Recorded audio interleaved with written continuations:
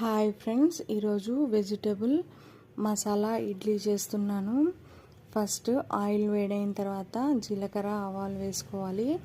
అవి వేగిన తర్వాత ఆనియన్స్, క్యాప్సికము, క్యారెట్, అలాగే టమాటా, బీన్స్ సన్నగా తరుక్కొని అందులో వేసుకోవాలి. అవి వేగిన తర్వాత కొంచెం ఉప్పు, అలాగే హాఫ్ టీ స్పూన్ మిరియాల పొడి వేసుకోవాలి. కావాలంటే మీరు కారం అయినా పచ్చిమిర్చి అయినా వేసుకోవచ్చు. మొత్తం ఒక 5 నిమిషాలు ఉడకనివ్వాలి.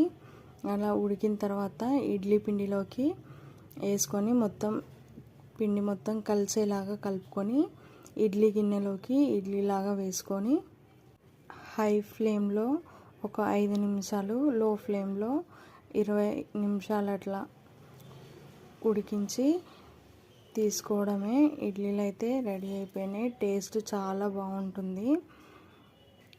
ఈ వీడియో కనుక నచ్చినట్లయితే లైక్ చేయండి, సబ్స్క్రైబ్ చేయండి.